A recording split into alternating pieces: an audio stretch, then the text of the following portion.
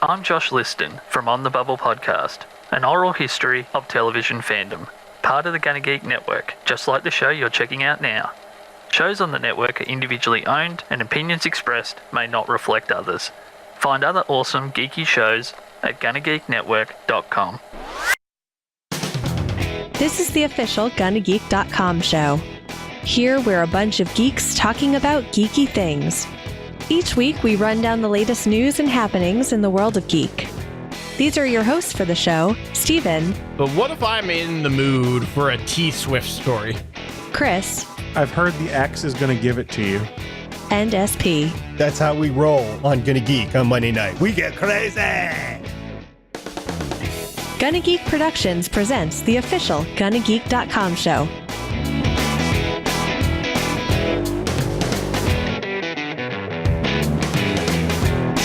Hello and welcome everyone to episode 271 of the official GunnaGeek.com show. This is broadcast live on Geeks.live, the streaming home of the Gunna Geek Network on January 14th, 2019. You might be wondering, hey, what's this different voice? And if you're watching the video, you see an absence of hair, but a much, much nicer beard. That's right. I'm not Stephen Jondrer. I'm Chris Farrell. I'm here as your master of ceremonies or something to that effect today. But don't worry, I'm not by myself. Joining me, of course, the Deputy Director of SNASA, one Stargate Pioneer.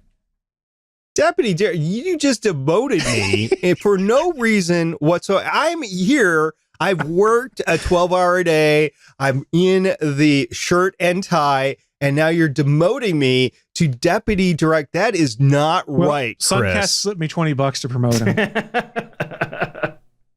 If you want to slip me 21, I'll re-promote you. Yeah, I can slip you how much you want. I don't care. It doesn't matter. I'm the director of SNASA. I'm the one who has all the experience, the degrees, and that sort of stuff. We just keep Sunkast around just to blame if something really goes wrong. That is true. And joining us from the Oasis, because he's got his goggles on, GFQ's very own Sunkast, and our regular guest host joining us. He's one of us now. Sunkast, welcome. Am I doing this Bird Box challenge thing right? See, I thought those were VR goggles. No, I think that might be the right Bird Box challenge. I haven't seen the flick yet. I haven't seen it either. So somebody's going to have to explain. Oh, yeah, I did hear something about driving a car on GPS only. Something like that. I don't know either. Why would you do something like that? Because you're weird. I don't know. People aren't smart. All I was thinking is these people driving blindfolded is, at least if you had a Tesla, you might be able to not kill someone if you turned on autopilot. I'm like, who are these people doing this? Like, how much smarts do you have to actually follow through with that? Not much. I've seen it on Top Gear, and it doesn't end well. The GPS just isn't that good to keep up with real-time speed right now, at least for a human interface. And yeah, I guess eventually it'd be fine. Like the Google car. What's the big one? It is Google, right? The Google driverless car. They're working with Waymo, I think is who it is the company they have. Okay. Well, I know a lot of people are working on them, and I can't wait to the time where I can just go to sleep and the car can travel me wherever I need to go, and I don't have to worry about going through the airport and TSA, because TSA sucks, and so does air travel these days. God, that's the dream. This is something that's interesting to me, is all these driverless vehicles. And I'm just thinking about, when you read all these stories about driverless vehicles being tested or being put to use, it's always in like Arizona or Texas. It's like, they still haven't figured out how to use these things somewhere where it's cold, like here in Michigan or Ohio. So Uber's doing tests in Pittsburgh with their self-driving vehicles. That they've recently restarted them. I don't trust this driverless vehicle in snow. Well, I mean, here's the real problem. When it comes to these driverless vehicles, computers are ruthless. They think in zeros and ones.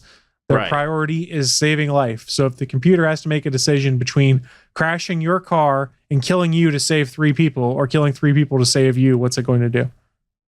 That's the uncomfortable thing with driverless cars right now.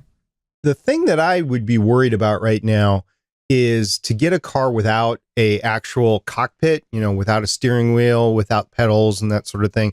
So if you did run into a situation where you had a storm roll through, you could go ahead and take control of the car and drive it yourself. However, that said, you go 5 years of having those things out, maybe 10 years, and then all of a sudden you have a whole new generation who's never really driven before. So it might be even worse having somebody that's never driven before than drive in a snowstorm. So I don't know. We'll see what happens in 10, 15 years. In the meantime, I know how to drive in the snow. I grew up in Minnesota. I live in West Virginia. I know how to drive in the snow. It's no problem. It's snow problem, guys. All right, let's get into the news, Chris.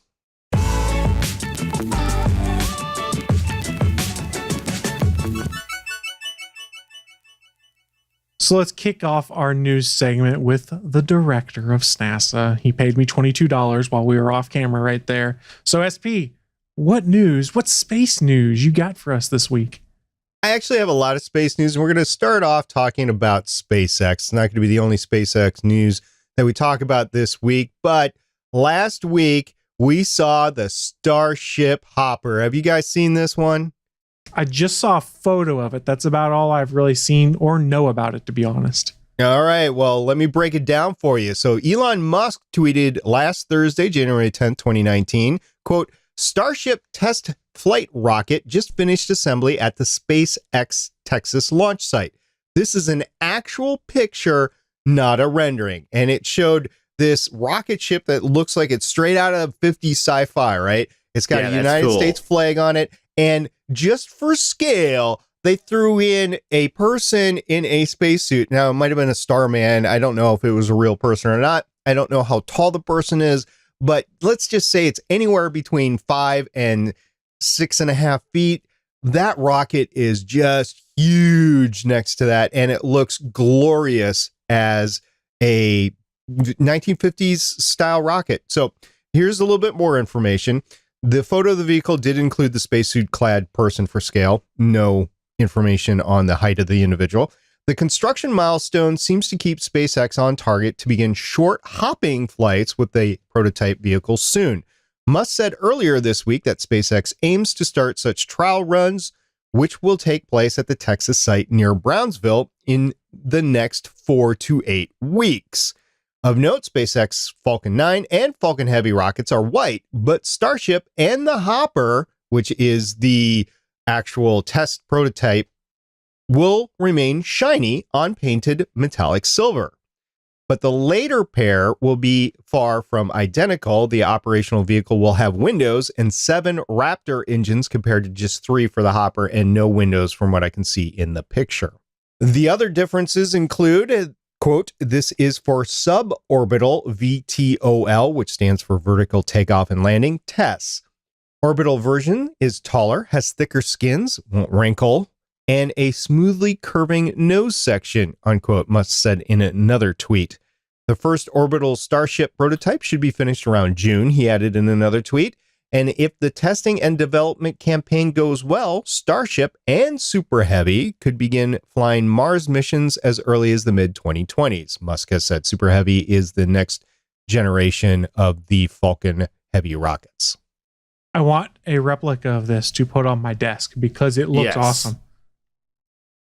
That was my takeaway from that as well. It's like and 50s is that kind of era that you can really get nostalgic about. So just seeing this in person in the modern age, it's just really neat.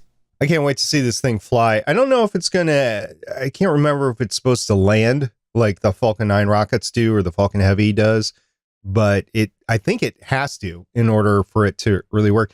And this is the prototype of the colonization ship. It's smaller. It's not going to be as big. This is what's going to take actual people to Mars. Okay, because that's what I was wondering. I was like, if we've got the Falcon rockets, why do I need to care as much about this one other than 50s nostalgia and drooling? But you answered it for me. Right. So if you take a look at this, it looks like a rocket on its own. It's not the entire rocket. Think of this in terms of a space shuttle. So there's going to be a bigger rocket that's going to actually lift this up off into space. And then this is going to be the spaceship or space shuttle, if you will, that will transport goods, cargo, and people to the moon, Mars, wherever they need to go. I'm intrigued. Like I said, I want one for my desk. Not like full size because that's ridiculous. But They could do replicas. I mean, you buy a Tesla car, you get a small little replica of your Tesla they put in the frunk for you. So there's no reason why they can't make rocket replicas for us. So did they say what time frame they're looking at actually testing this and getting it launched? Well, this prototype is going to start test flights in the next 4 to 8 weeks. Okay. I mean, that's something that I would definitely want to keep an eye on and see the progress of. Yep, and if you stay tuned to Gonna Geek, we will definitely be talking about this as things progress. There's a lot of things happening in 2019. I'm going to try to stay abreast of the most important things week to week, but inevitably there's going to be something that we just don't have time to talk about, and then something will happen and we'll have to bring it up again. But this is one of the big things here, and we're going to talk about a couple other things later on in the episode. So we're going to go from important things like space travel, potential colonization, to things that some of us might find important, but just kind of shake our heads at. Yes, more mini consoles from Nintendo. That's what we're going to talk about now. So there is a rumor going around that's starting to get some credence lent to it because data miners have started digging into some of the Nintendo code they've found, and they've determined that Nintendo may be prepping 2 more retro consoles, this time based on the N64 and the Nintendo GameCube.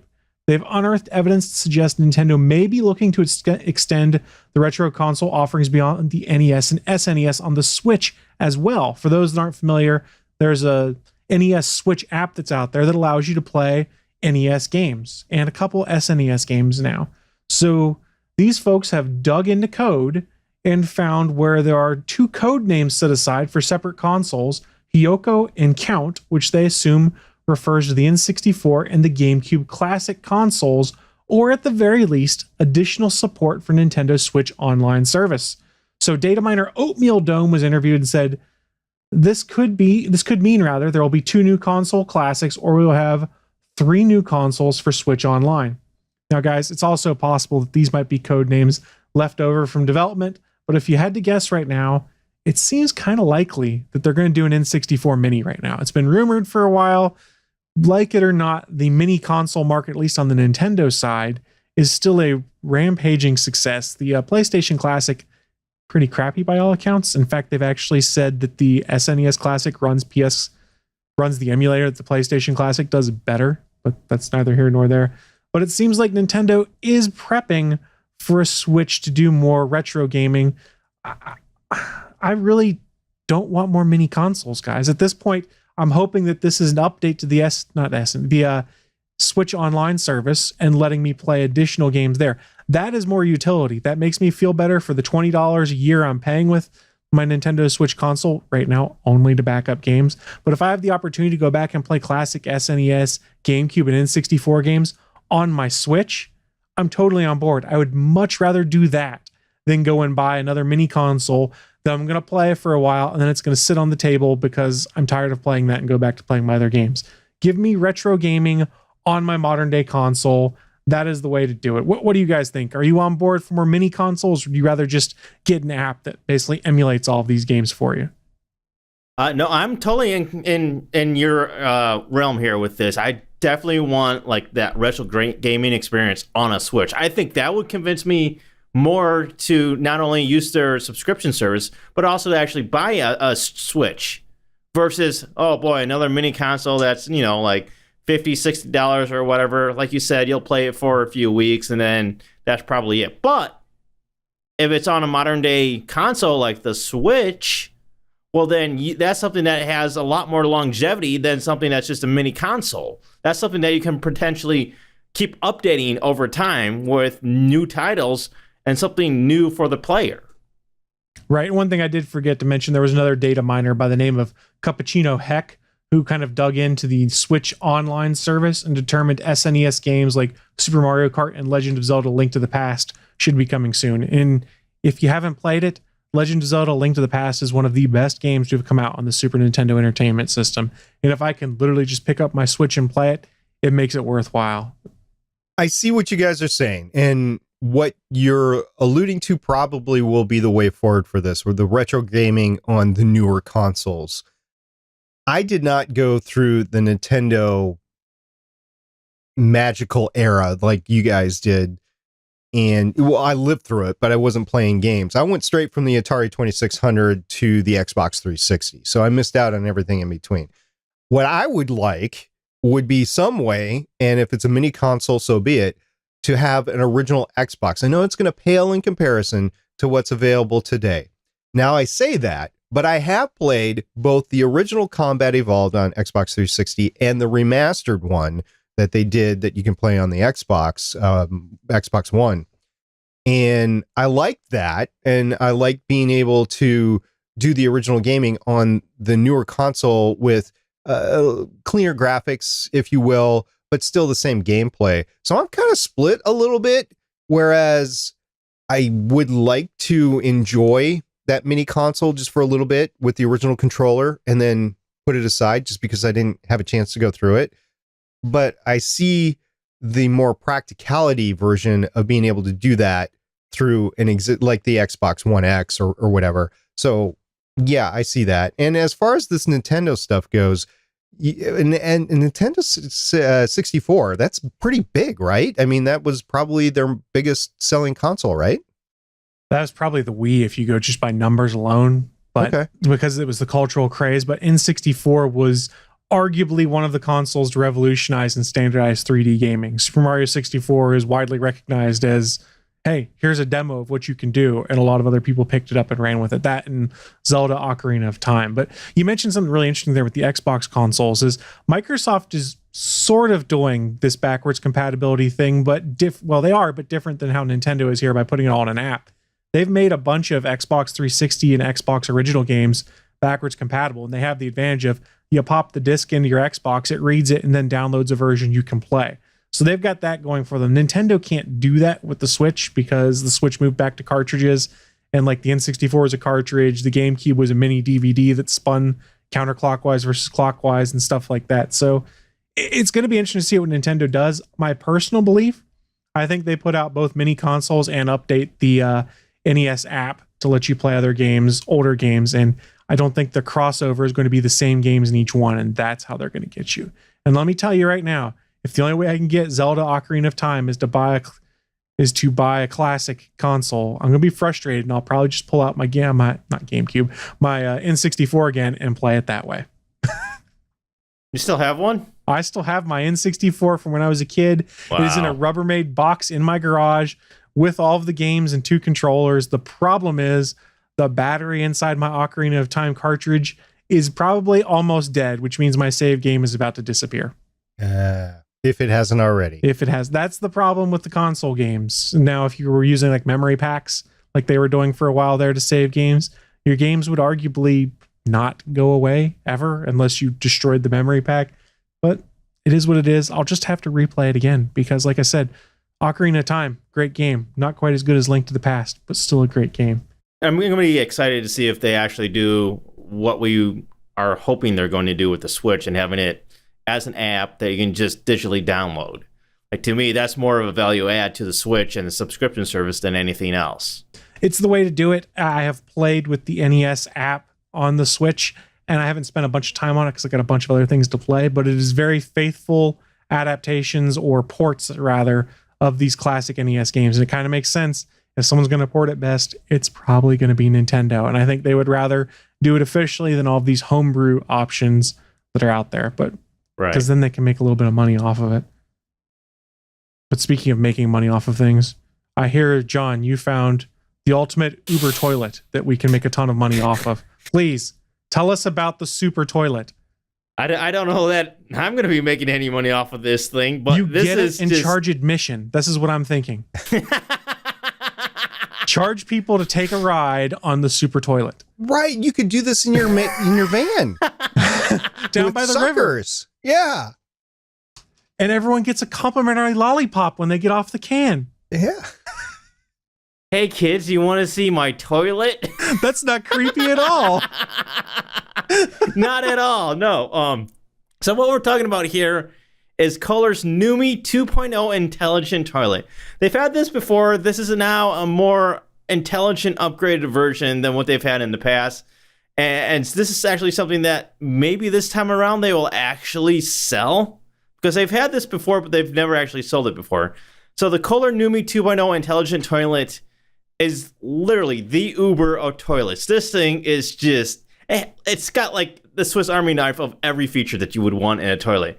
It has heated seat warmer, a foot warmer, auto flush, auto raise and lower lid and seat, a lighted bowl, adjustable mood lighting, a front and rear bidet with adjustable water pressure, oscillation, temperature, and position, a dryer, a deodorizer, a UV light cleaning solution thing that they have with it, built-in speakers that you can play music on, and it comes with a touchscreen remote that you can use and have programmable user profiles on. Yes, you can have like up to 9 different users programmed into this remote control with certain settings for each user for your toilet. But do I really want a touch screen with my toilet? I don't know that you would necessarily want another user to have their own settings for your toilet. Well, I mean, maybe you buy it for a house with your wife or your kids and you put it in the main bathroom and everyone has their own setting. But really, one of the most disturbing things there is a touch screen that everyone's going to touch when they're on the toilet. It has an Amazon Alexa integration. You just put a little dot in there and just use verbal commands. So this is the biggest upgrade with the 2.0 is that now everything has a Amazon Alexa assistant built into it. And now the 2.0 intelligent toilet from Kohler, the Numi, has Amazon Alexa in it. So now you can just use all those commands. It has every Amazon Alexa skill that you would ever think of, same as any other Echo device. All you got to do is tell it what you want, who you are, and I guess it'll do it for you. Now, you're probably wondering how much this costs.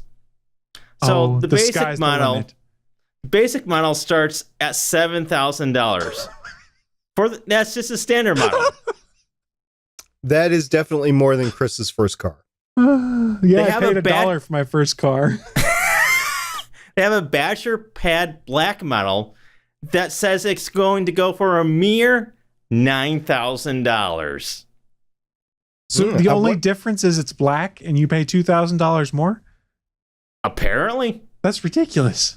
I haven't been able to find a lot of information as far as the fact, because when I looked at this, they said, oh yes, there's a black model, but it's going to be between $8,000 and $9,000.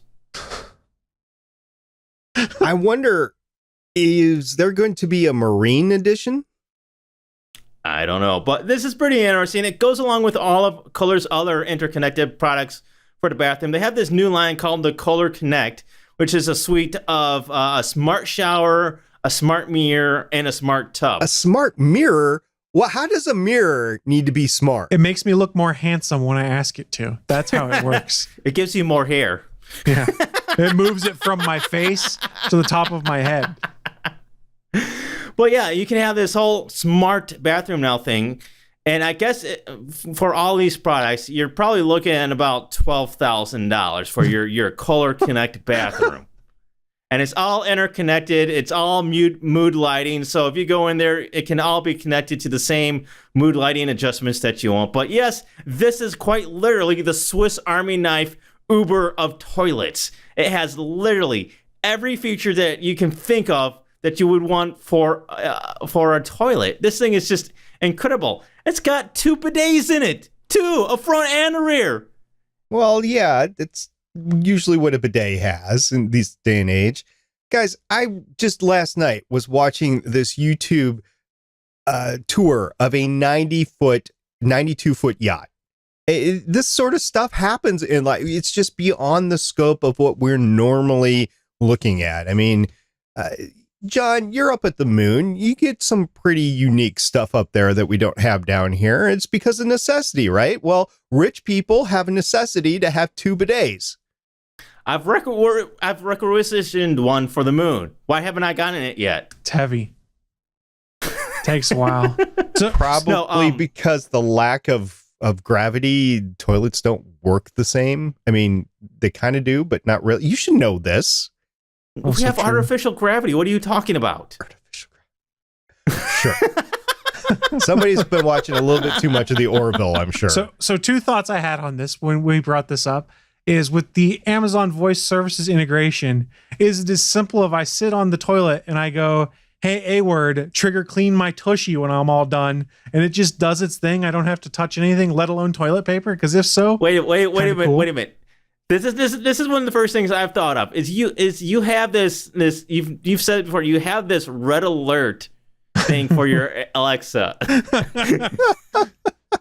So I'm just thinking, okay, well, you can easily tie this into your Amazon Alexa red alert skill, where if you say red alert, well, then it just sets off the chain of events for your bathroom. So, like, if you really, really, really have to go right this second, all you have to do is say Alexa red alert, and it'll ready your toilet for you. Which means you could theoretically use routines with it to then like flash your lights red down the hall or something like that. If you had red LED lights, things like that.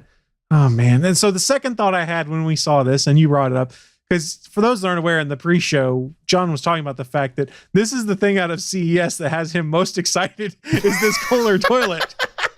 So I have to ask, Sunkast, aka John, how soon after you saw this did you pre-order your Kohler super toilet? And when is it expected to deliver? And did you bill Andrew for it? If only I could actually pre-order one of these things. I don't think they're on sale yet. I couldn't find anywhere to actually order one, so I'm waiting. Kohler, if you're listening, I'll take one. I'm sure Andrew's happy to foot the bill for it if you can get a good deal. Absolutely. I'll review it for GFQ. So you heard it here first, folks. Sunkast is going to get Andrew to buy him a new toilet, and he's going to review it. And God willing, it doesn't get too graphic. A toilet with Amazon Alexa built in. So you've got to test those features on top of all the tushy cleaning features and things like that. This is like the tushy cleaning. Have you seen the remote for this thing? It's incredible. Guys, just think about the refresh rate on this, right? It refreshed my tushy. Right, okay. So how often do you replace a toilet in your house? Like every 20 years, probably? I don't know. Maybe 20, probably closer to 30. The refresh rate on this $9,000 toilet is going to be like 3 to 5 years.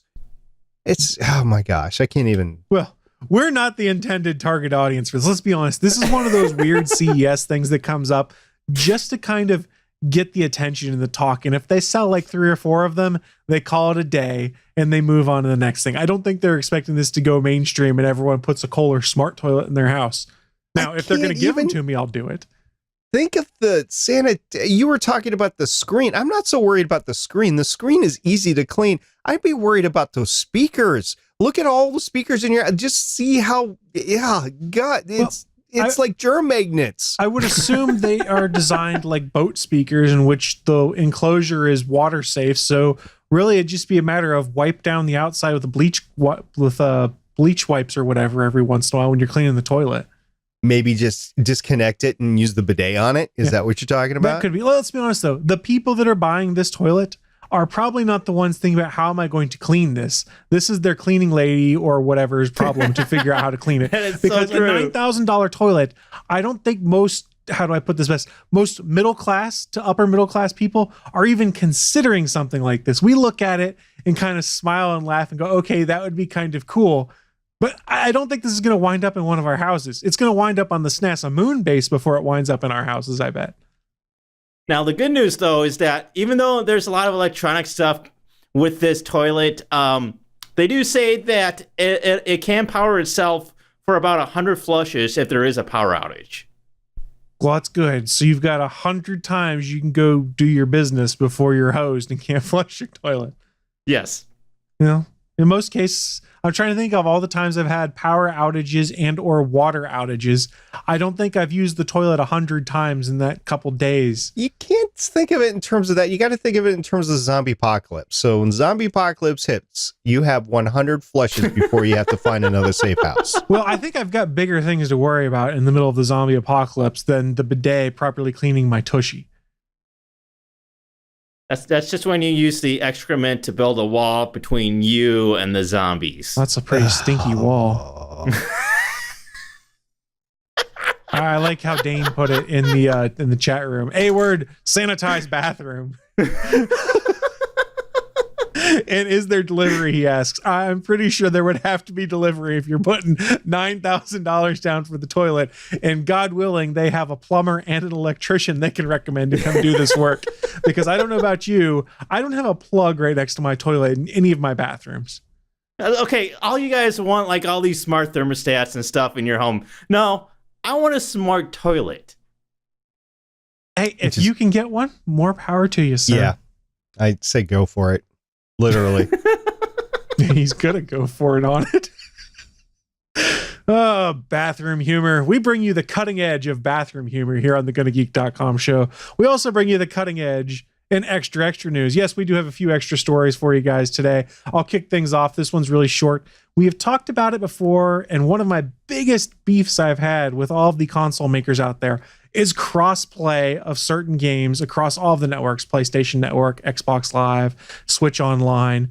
We talked about a while back how Fortnite, you couldn't play on PS4 with people on Xboxes or Switches and how they're locking out accounts.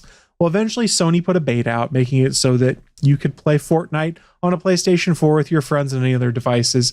So really one of the biggest games that was still a holdout was a game called Rocket League.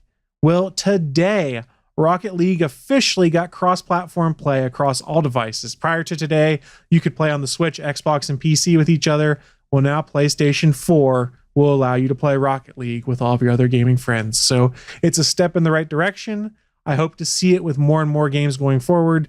But the sad fact of the matter is there's a lot more leverage for games like Rocket League and Fortnite because they have huge user bases. I don't think you're going to see something like Madden or the latest Call of Duty or things like that become true cross-platform, cross-domain games. I can dream, but I don't think it's going to happen. The dream is alive. The dream is alive. One day I'll get a toilet to play it on too. The dream is alive. But SP, you also mentioned earlier, you got some more space news for us here in the extra, so please fill us in. I do. So at the same time that CES was going on, we had the American Astronomical Society had their 233rd meeting from January 6th to 10th. And what they were discussing in part was 4 new mission concept studies for future space observatories.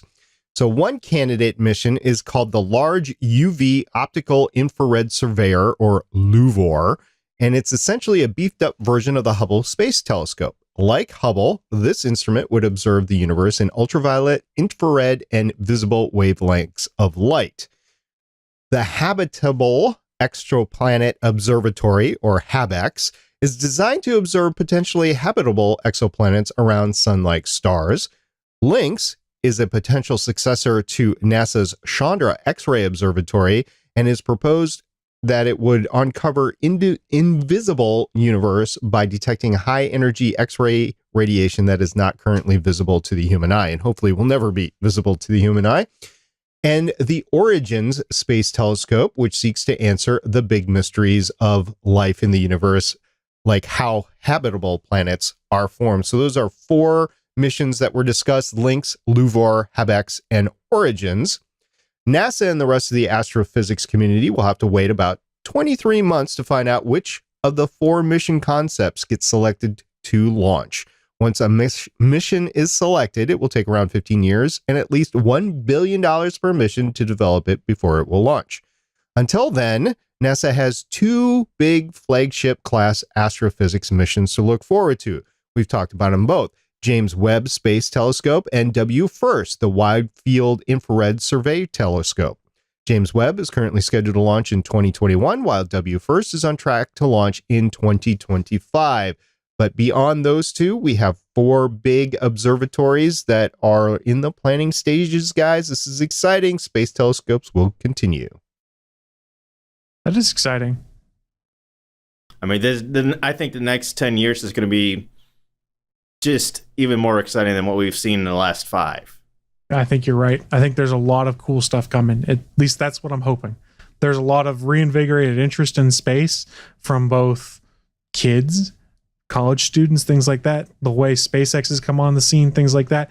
People have a lot more eyes to it. It reminds me a lot of when I was growing up as a kid, is there was a palpable excitement about people when it was, we're doing a shuttle launch. Hey, here's the cool thing we're doing now. And people were literally on the edge of their seat watching these things happen. I'm looking forward to that in the future. In the meantime, we also had some move forward with SpaceX, which we talked about before, and we're not done talking about. There was going to be another story right after this. So basically, NASA and SpaceX are now targeting no earlier than February for the launch of Demo 1 to complete hardware testing and joint reviews for the first Crew Dragon test flight. NASA officials wrote in an update last week, quote, NASA and SpaceX will confirm a new target date after coordination with the Eastern Range and the International Space Station program, unquote. So SpaceX's Demo 1 mission will mark the first flight test of a privately built crewed spacecraft to ferry NASA astronauts to the International Space Station. SpaceX is one of two companies with NASA contracts to fly astronauts to and from the station. The other company is Boeing, which also plans to fly uncrewed and crewed test flights of its own CST-100 Starliner spacecraft later this year. SpaceX, has already rolled the Demo 1 Crew Dragon out to Launch Pad 39A, historic Launch Pad 39A, I might add, at the Kennedy Space Center for a dry run of launch operations, NASA officials said. So a lot of stuff is going on with SpaceX. You guys were talking about being excited about the space telescopes. This is private space travel about to happen in the next year. That is. It's exciting that we're getting a new vehicle soon. This is something that's been a long time coming, I think, is that it's been several years now since we had the space shuttle, and I think people are really wanting to see some new vehicles. Oh, agreed. We've been relegated to using the Russian Soyuz capsules, and we've seen what happened with that in the past year. I would echo wanting to see, and we need to see at this point. Indeed. So a lot of great stuff going on. We've talked about two good things going on with SpaceX so far in this episode. We're going to talk about something that's not potentially good, but I think really is good long term. So basically, SpaceX, in a statement last January 11th, which was 3 days ago, confirmed layoffs, and a company source speaking on background estimated the cuts at 10% of the workforce. Whew, that's a lot. So this was reported as a cost-cutting move. The company says is required to focus on development of its next generation launch system and a broadband satellite constellation, which we haven't talked about a lot.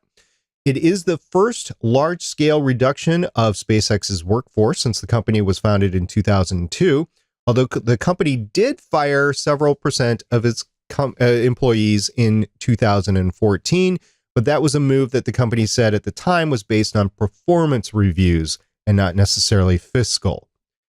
The layoffs, the company source said, don't indicate near-term financial problems at the company, at SpaceX, but rather a redistribution of resources to focus on development of its next-generation launch system and broadband constellation. Guys, I don't think this is a bad thing. I don't think they're hurting for money. I think there's a lot of great successes going on with SpaceX right now, but they did need to lean down their workforce of 10%. And if you take a look at Fortune 500 companies, a lot of them do lay off about 10% of their bottom performers every year just to try to get some churn going, or whatever percent it is. Although this was not a churn, there are some, I read the entire article, it was on spacenews.com, and there were some high performing people that they had to let go. And I feel bad for them because SpaceX is such a hard charging organization, but when you got to make hard cuts, you got to make hard cuts. And hopefully this will pan out for them, and that they will able to reinvest those monies into the ventures going forward. And yeah, it's kind of sad for the 10%, but I hope this means good things for SpaceX. To make a poor analogy, it sounds like one of those moments where you got to trim the tree back properly so that it grows as it needs to. Something like that, yeah. All right, then. Will, SP, thank you for our space update this week. You are the master I go to for when it comes to space news because you're far more attuned to what is going on and you're able to explain it in a way in which I can always understand it. That is good to know, Mr. Hairless Chris. Yeah, I've been called worse. But hey, guys, we're going to move on into another segment. If you thought all of our toilet talk was crazy, let's talk about some more of the crazy things to have come out of CES.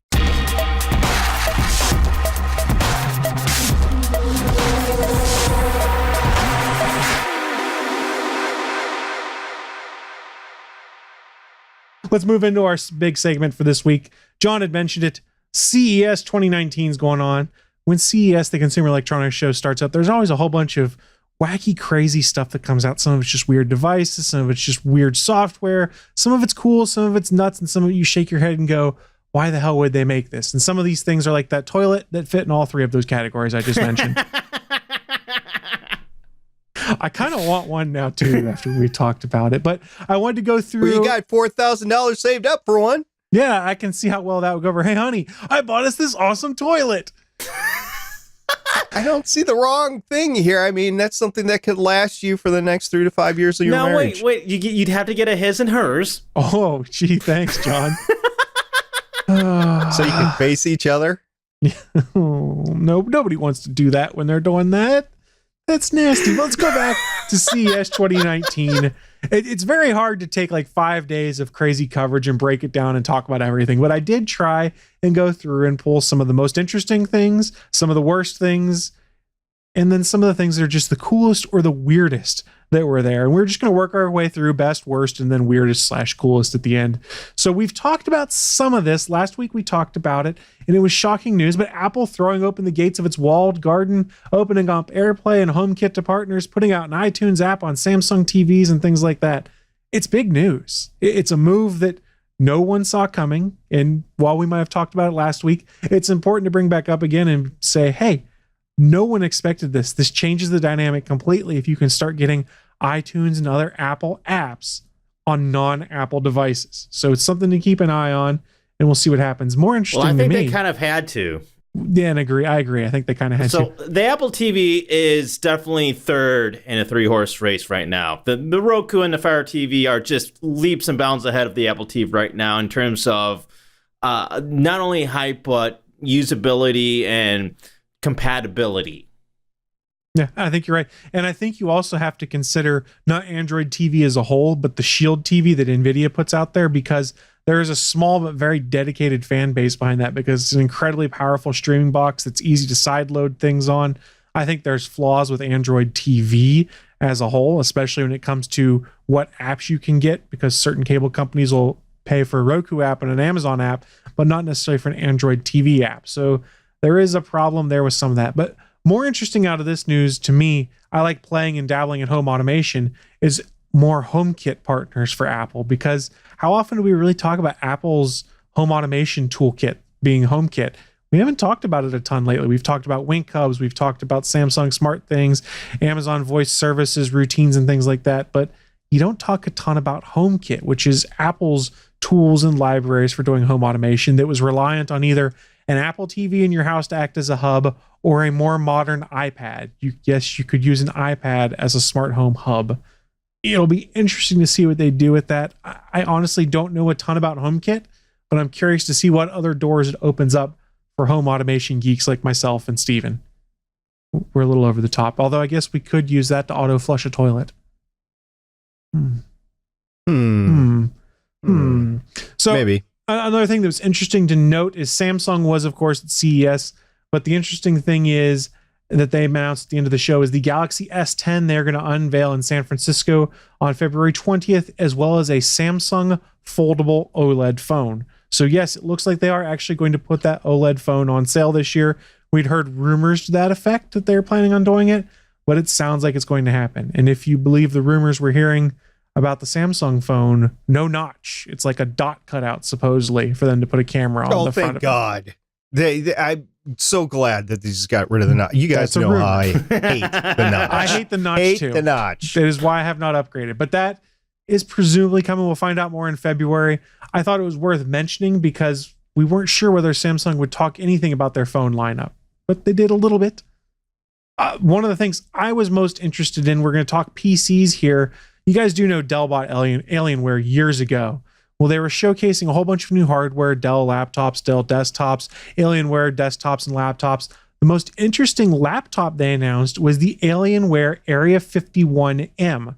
Why is this interesting? It is a laptop with near desktop quality parts that is designed for you to be able to easily take apart and swap out pieces and parts on. You want to swap out your graphics card a couple years from now when things upgrade? they've easily designed it so you can pop open the bottom, unscrew a few things, pop out your graphics card, buy a new one that meets their standard, plug it in, and upgrade that way. That is not something you've seen a ton of stuff with on laptops because they're always packing things in there super tight for space and battery, and it's incredibly hard to upgrade. This is a laptop that is designed for you to upgrade and use for many years. And one thing to bear in mind, because of this, your battery life is probably atrocious. You probably only get like 40 minutes on battery, but I don't think that's the intent of this laptop. It's more of a desktop quality gaming experience that you can easily take with you from place to place. But I think they said that almost all but one of the parts you can buy third party. Yes, they also said that too. So this is a really interesting move, and I think it's a way to try and talk more to gamers who want to easily be able to take their rig places with them, because it's a lot easier to pick up a laptop, albeit a heavy laptop, than it is to pack up my tower, pack up my monitors, pack up my keyboard and mouse, realize, oh crap, I forgot my power cable. I can't do everything. It's an interesting move. I like it. Do I think a ton of people are going to buy it? No, but I think it's an interesting project, and I think a few people will pick it up, and it might drive more of the mobile laptop gaming market to kind of make it easier to upgrade, because that's always been the problem with laptops in general, let alone gaming ones, is that upgrading is a beast, because really you upgrade by buying a brand new one. I'm not the biggest into the scene of laptop gaming machines, so I'll caveat what I'm about to say with that, but Alienware and Dell have been really slipping for the last few years. It's not one of the big names that comes out when you're wanting to buy a new system. They're really expensive, and they don't carry the respectability with the name brand. Not that they don't have it, but they don't carry it like they used to. So if I'm going to go buy a gaming laptop, I'm going to actually buy something else instead. And I have. I used to buy exclusively Dells, and now I buy HPs or something else. This was something that they had to do to reinvigorate their name and their brand. Will I buy one? No, it's going to be atrociously expensive. I have no idea how expensive it's going to be, but I can just tell it's going to be atrociously expensive. And if I really was a gamer that wanted a high performance system, I don't know if a reconfigurable laptop would be the way to go. I'd probably save my pennies, get a really good laptop for 2 to 3 years, and then just buy another one in a refresh rate. That's what I would do. Is it the right answer? I don't know, but it's what I would do instead of getting something like this. That's fair. I was trying to find some of the prices here. So there was an article on The Verge. The biggest number attached to it is its price. $2,549 is the starting price to pay for the first available configuration that'll be out on January 29th. That gets you an Intel Core i7-8700 processor, RTX 2070 GPU, terabyte hard drive, 8 gigs of DDR4 memory, and a 1080p 60 hertz screen. And I'm sure there will be other much more expensive configurations coming after that, but it sounds like the cheapest configuration is still $2,500. So that's too expensive for what I would pay. It does have a lot of hardware enthusiasts excited, though. That's fair. I mean, if you're really a gearhead when it comes to the laptops and you want to plug and play and you want to upgrade, yeah, okay, I could see that. I don't know how much money they're actually making on this when you start breaking out the cost of some of the parts in here, because when you start getting into some of those fancier, like 144 hertz refresh displays and stuff like that in the other versions, those aren't cheap. No, but it's like any prepackaged PC, just like the one that you bought, Chris, that you're actually podcasting on right now. It was cheaper because it was combined into one unit. Yeah, that's fair. I think it's an interesting concept. Again, I don't think anyone on this show, or probably most in our audience, are the targets of this. But it's cool to see this happen, because as someone who used a laptop for many, many years throughout college and afterwards, because it was convenient to take when I was traveling, the biggest problem was 2 years down the line, 3 years down the line, about all I could do was swap out a new hard drive and try and put in more RAM if there was a problem. This is interesting. There's a lot more I can do. I had one other item that I had pulled aside my best of CES stuff, and then if you guys have any thoughts, feel free to chime in. This was just cool. It was kind of teased last year, but LG had their signature OLED TV R. This R stands for rollable. It was a 65-inch TV that curls up into an aluminum base when it's not in use. And then when you want to watch it, it uncurls. So space-saving feature. I would never actually use it. The display is 3 millimeters thick. I'd be afraid that if you just touched it, it would tear or shatter. But it is a cool technical demo of some of the capabilities of OLED screens. And it'll probably be god-awful expensive. Yeah, we were talking about the expensive TVs last week, and yeah, this would be on the other realm of it, where you get 60 hertz refresh rate, 65-inch TVs for that, depending on what country you're in, $500 to $800. This is going to be more like $5,000 to $8,000, maybe a little bit more, which is still cheaper than TVs 10, 15 years ago, where you were getting a 40-inch big screen cabinet TV for $20,000. That's fair. So I just thought it was cool tech to see it in action. I don't think it's something that I would want personally. I think it's just cool. Did you guys notice anything in passing? Any CES stuff that stood out for you aside from the Kohler Super Toilet? Well, I saw a couple other weird, interesting things. You were talking yesterday on ATGN about lawnmowers and just robotic lawnmowers in general. And Bosch actually has a robotic lawnmower that they're coming out with that has, you guessed it, Amazon Alexa integration built into it. Yes, so you can say, Alexa, mow my lawn, and it'll actually mow your lawn. So let me read the specs on this thing. It says when it launches in Europe for roughly $1,260, the Indigo S Plus will be capable of mowing lawns as large as 4,300 square feet, recognizing obstacles in its path and adjusting its speed and course accordingly. So would you get one of these? If I had a lawn big enough to require it, and depending on the price, I would sure consider it, because one of the chores I hated most was mowing the lawn. It's not mowing the lawn that's a big issue for me. It's the trimming, it's the prep work and everything like that. So to use a robotic mower, you're going to have definitively defined edges. You're going to have it sloped to the way that the mower can follow it, so you don't have to trim it, or maybe you're going to have to go trim it later on the edges or edging. It depends on what area of the country you're from, what you call it. But would I want one of these? Sure. But that's actually one of the good things about mowing the grass. It gets you out. You guys are still young. You don't understand this, but it gets you out and gets you active for an hour or two every week. And I like it. I enjoy it. And would I prefer it to be automated? Yeah, but it gives me something to do. You're one of those guys that just likes working on their lawn. No, not necessarily. I like working on myself by going out and getting the exercise to go do it and listening to podcasts at the same time.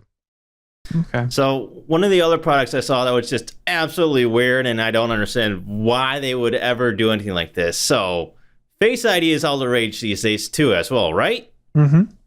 So there's a new product called the Mookie Cat Bowl, and it has face scanning technology, which is its key feature that a team of engineers from New York-based firm Volta are using to bring high-tech products into the world of pets. The company's latest product, the Mookie, is a cutting-edge feeding bowl that ensures stray animals don't steal food you put down for your cat.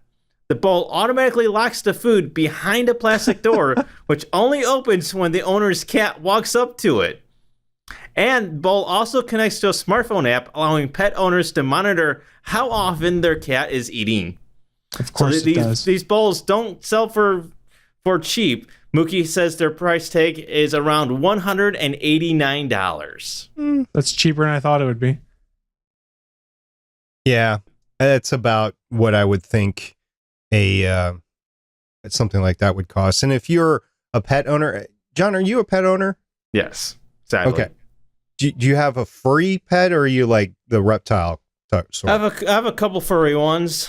Okay. One I like, one I don't really like. Okay. So the one that you like, if you were concerned about them getting the appropriate nutrients, you might even consider, I can see, especially if you have multiple pets in the house, I could see something like this. That's fair. So those are interesting devices. Face rec for cats. That's intriguing. That's really weird. I don't understand why though. sometimes it's just because it's CES, we have to figure out if we can, and then just debut it. Well, I mean, what happens if you're the cat lady? I want to know how many cats you can actually program to this thing. What if you're the cat lady and you have 20 cats? Yeah, that'd be a problem. Well, I think it's more designed towards the animals that are self-feeding, that don't just go for their food when you put it down, that let it sit for a while, whereas other pets will go up to it and eat it. So you'd want to protect the pets that were more of a grazing feeding. I wish I had a self-feeding cat. Wakes me up every morning at 7 a.m. Hey, you going to feed me? Well, there you have your alarm. Yeah, you've got a cat alarm. So continuing on the CES trend, we talked about some of the things I thought were most interesting. Let's talk about some of the things that were rather underwhelming. And we're going to power through a couple of these. My personal thing for me, VR, it's still a thing. They're still pushing all sorts of weird different VR things, and I still don't get the appeal, but I'm glad some people are interested in it. Another thing, 8K TVs were all around, even though there's nothing that can really play 4K stuff over the air or on cable. You have to buy movies specifically for 4K. 8K doesn't matter, guys. Who cares? 4K really doesn't matter. It's HDR that's the differentiator. I think it is going to make a difference long term, and I think you're right. It doesn't make any difference right now, but them moving off into that direction now is going to mean the TVs 5 years from now are going to be 8K and they're going to be affordable. So I'm fine with this right now. I'm just not going to buy. I actually don't own a 4K TV right now. I think we're still at least 5 years away from viable 8K TVs, where we actually have content that can be played in 8K. Because right now, a lot of that bottleneck, even for 4K, is bandwidth and the data usage requirements for 4K. It goes faster than you think, John, though. I mean, in 5 years, I see it being viable, whereas right now it's just a novelty and probably not going to be able to be used anytime soon, but eventually it will be. So one of the things that would help with that bottleneck, which kind of segues into my next point, is 5G.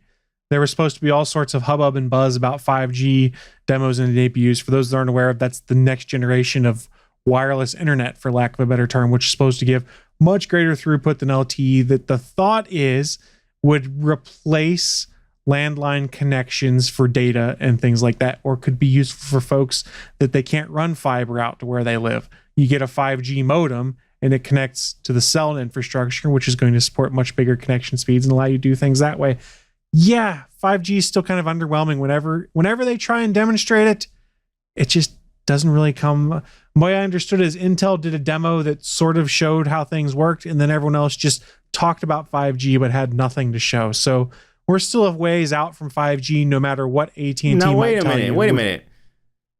AT&T rebranded all their 4G networks as 5G. Yeah, that's what I was. No, it's 5GE is what they call it, which is the shadiest BS in the industry. For those that aren't aware, AT&T decided they wanted to take all of their 4G networks, which have been enhanced to be a 4G LTE enhanced, for lack of a better term, and they rebranded it as 5G to say that they were the first people on the market with 5G phones. It's not. It's LTE rebranded as 5GE.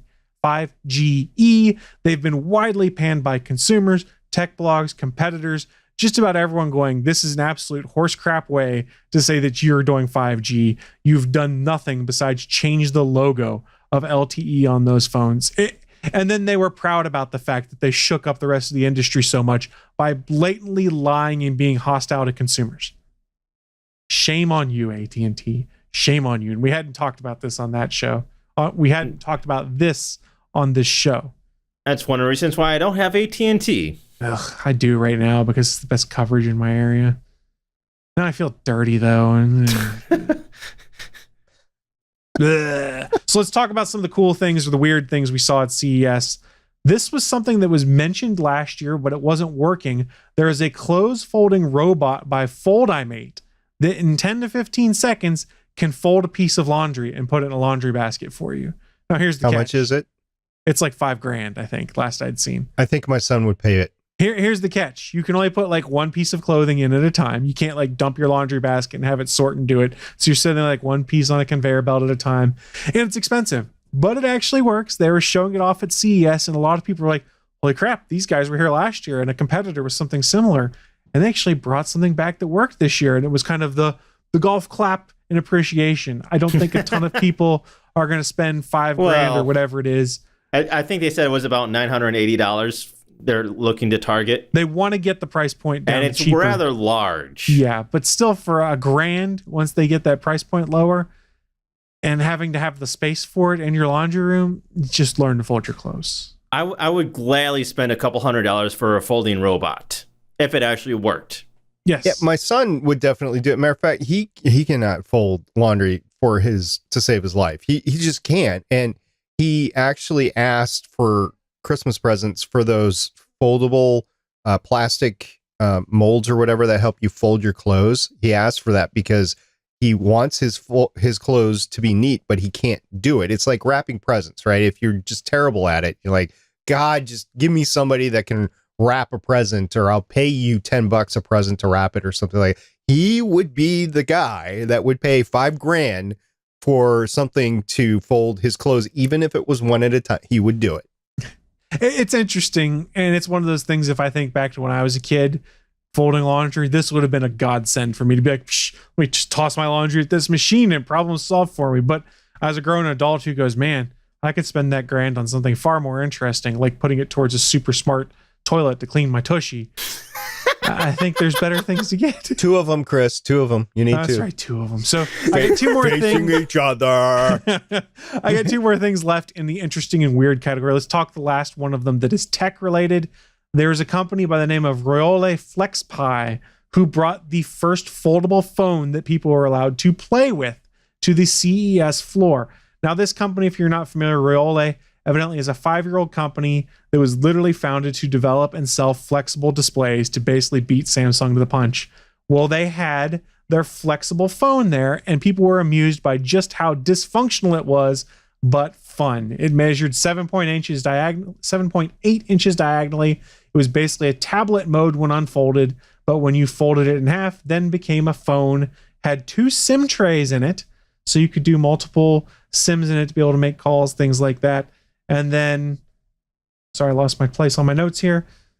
It was just bad. You get a 1920 by 1440 resolution on the full display, shrinks in half when you fold it in half.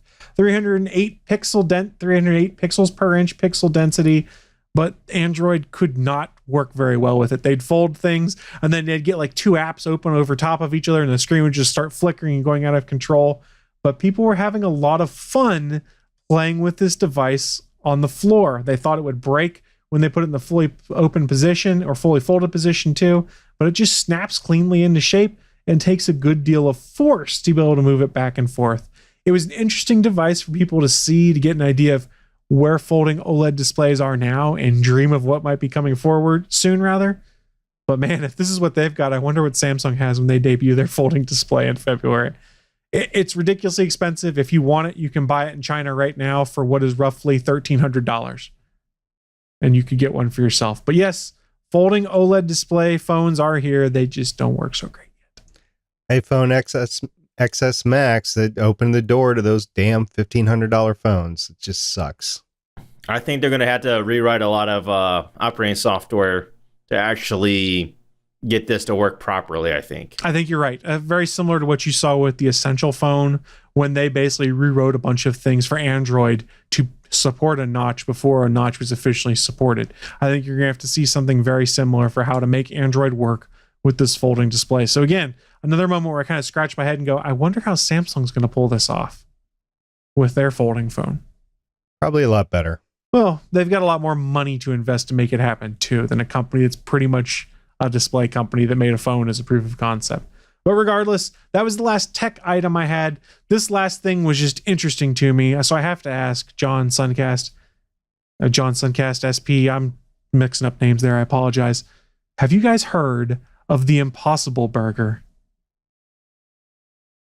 This, by all accounts, from a lot of people who went to CES, was one of the most mind-boggling things that they saw. If you're not familiar with the Impossible Burger, this is a meatless burger made out of plants that, however, when you cook it, chars, gets grease, bleeds like a burger would, that supposedly tastes like hamburger meat. This is version 2 of it that they debuted at CES to rave reviews. The second iteration supposedly tastes so much like the real thing that it threw a few vegetarians for a loop when they tasted it, saying, I haven't eaten beef in a decade, and the new fake meat at CES comes close enough to a cow to gross me out. That's a compliment, I think. So the vegetarian all-vegetable burger tastes so much like cow that a vegetarian was grossed out. That is a compliment to how good this burger is. But how would a vegetarian that hasn't eaten meat in 10 years know what meat tastes like? Well, they said years, not necessarily 10, but I would assume you smell a burger and there's still moments where, God, I'd really like a burger, and you can taste the burger on the tip of your tongue or something like that.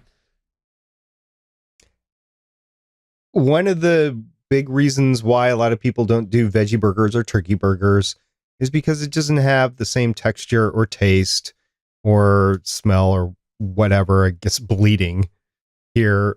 And if this solves that, then I think a lot of people would be, matter of fact, I bet you a lot of moms will buy this in the grocery store. A lot of moms and dads, they'll feed it to their kids. The kids won't know the difference. However, with all that said, I wonder what's in this thing to make it look and act and taste and smell like a real burger. It doesn't seem like it's 100% all natural. And that might throw some people, because a lot of people are vegans for a reason. They like to eat pure. Some just don't like to eat animals, but some like to eat pure too. So I don't know who's going to like this and who's not going to like this. As far as me, yeah, I'll try it. But if it's a bunch of tofu that's just coated with stuff, it's not going to sit well in a lot of people's stomachs. Yeah, I don't believe it was tofu. I remember reading some stuff on the Impossible Burger last year, and I was just curious about it. And I've actually seen it on the shelves at Kroger occasionally, and there is a restaurant in town called Black Bear Burritos that does regular hamburger specials, and this place caters to vegetarians and vegans with certain meals and makes a point of calling it out. They do a burger special with the regular meat patty, or you can get it with the Impossible patty. So I wonder if it's Impossible 1.0 or 2.0. If I find out it's 2.0, I will make the sacrifice for you listeners of the GonnaGeek.com show. I will buy the Impossible Burger, and I will eat it, and I will take footage of it for Steven to display on there as we see how much I actually like it or not. If you do that, you got to do it like a YouTuber. You got to buy it and then sit in your car and do a review of it from your phone. Man, I could do that, but their burgers are pretty messy, and the upholstery in my car is pretty nice. So I don't really want to just wear one of those clear ponchos. There you go. So the Impossible Burger, according to their website, is made from simple ingredients found in nature, including wheat protein, coconut oil, potato protein, and heme. I don't know if that's supposed to be a version of hemp or not. It's HEME. I've never seen it before. But that is part of what's in it. And unfortunately, the picture that I'm looking at, it's god-awful green. No, I gotta Google this. Well, So there's an article on CNET, which is where I found this stuff originally, and it looks mostly like a burger. I don't know. You guys will have to check it out for yourselves. If you are someone who's gone vegetarian or vegan, having eaten meat before, and you struggle with really wanting a burger from time to time, try the Impossible Burger. Tell us what you think about it. We'd like to know. I'm looking at this. It does not quite look the same. 1,810% of your daily dosage of thiamine. 1,810%. I wonder if there is any human penalty to too much thiamine. I have no idea. I have no clue. I know nothing about this, but I did make a promise that if it is Impossible Burger 2.0, I will try it at some point in time. Oh, look at this. It says it grows hair. Yeah. Oh, well, I better hope it does. Knowing my luck, it'll just grow more facial hair for me and nothing on the top of my head. Wow. Well, I'll keep my eyes on this because I don't know. It could be, for every vegan on the planet, it saves like 200 animals a year. So if you're into saving animals, might be your thing. Yeah, I thought it was interesting, and I got a kick out of how many people who were covering CES were talking about the Impossible Burger as being something that was really interesting. Maybe that's also an indictment on just how boring CES was this year, that the Impossible Burger was like on a bunch of best in show lists. Everybody does their own actual product release nowadays, keynote, whatever you want to call it. At least the major companies do, and the smaller ones just try to get as much of a actual press following as they can. But yeah, I can see CS is not out. That said, drones came out in CS in 2012. That's 7 years ago. It's not too far ago. So I don't know. It could be good for some things that come out of it, but it's like a needle in a haystack anymore. Yeah. See, and that's kind of what I've been taking away from the last 2 or 3 years of CES, is that it's largely become a novelty marketing show. It's not necessarily, okay, here's some of the cool stuff that is actually coming out. A lot of it is just marketing stuff, throwing that's at the wall novelties items that, hey, let's see if we can make this stick and make it work and see if anybody's interested in. Maybe it'll come out in a year or two. Maybe. A good example of this is the Numi toilet. That thing has been around since at least 2011. I love how everything is coming back to this toilet today. I love it. It's never been for sale. Yeah, that's true. I don't know. We've been talking a lot about CES and toilets and hamburgers and stuff like that. We've gone way over. We got distracted. The super magic toilet distracted me. I apologize. I know we're running late. Toilet. The super magic toilet. That's what I'm talking about. So before we start shutting this thing down, though, we've talked enough about CES. Now is our chance. Shameless self-promote. Share other things that people need to know about. SP, start us off. You got anything you want to plug this week? This particular week, I do. We've reached in to the bag of tricks in Starling Tribune, and we pulled out an episode that's never been released. It's way back in season 2 of Arrow, and we released episode number 29 of the Starling Tribune this week. So it's an oldie, but it's a goodie. It's Wing, Jay, and myself talking about Arrow second season episode. So if you want a flash from the past, go ahead and watch that or listen to it. It's not watchable. Yeah. Listen to it. I'll just toss in real quick for my shameless plug. Don't forget, we got tons of live content over on geeks.live. Scroll down to the bottom of the page. You can see all of the live shows. Please come back and check out some other shows and tell them the GonnaGeek.com show sent you. So last but not least, our special guest, GFQ Network's very own Sunkast. What do you want to plug this week? What do you want to promote? I'm going to actually promote the Mat Men podcast on GFQ Network. I know a lot of people have been excited about this new wrestling venture called All Elite Wrestling that was just announced. It was formed by a very bunch of cool wrestlers out there. They got some big backers, and Andrew and Rich Stambolian have done quite a few episodes now about all the breaking news for All Elite Wrestling. So if you want to check that out, go look at Mat Men on GFQ Network. Well, thank you for mentioning that, John, and thank you for coming to join us this week for our extended look at CES and crazy, wacky products that come out. Gotta get me one of those toilets. That's what I'm saying. All that being said, though, it is time for us to start shutting this beast down. So on behalf of all of us from the GonnaGeek.com show, thank you so much for everyone who did join us this week. We really do appreciate it, and we're looking forward to seeing you all next week. I'm Chris Farrell. And I'm SP, saying we'll see you next week. Looking forward to having Steven back. I'm Sunkast. I think I'm doing this Bird Box Challenge thing right. Yeah? Hello? Bye.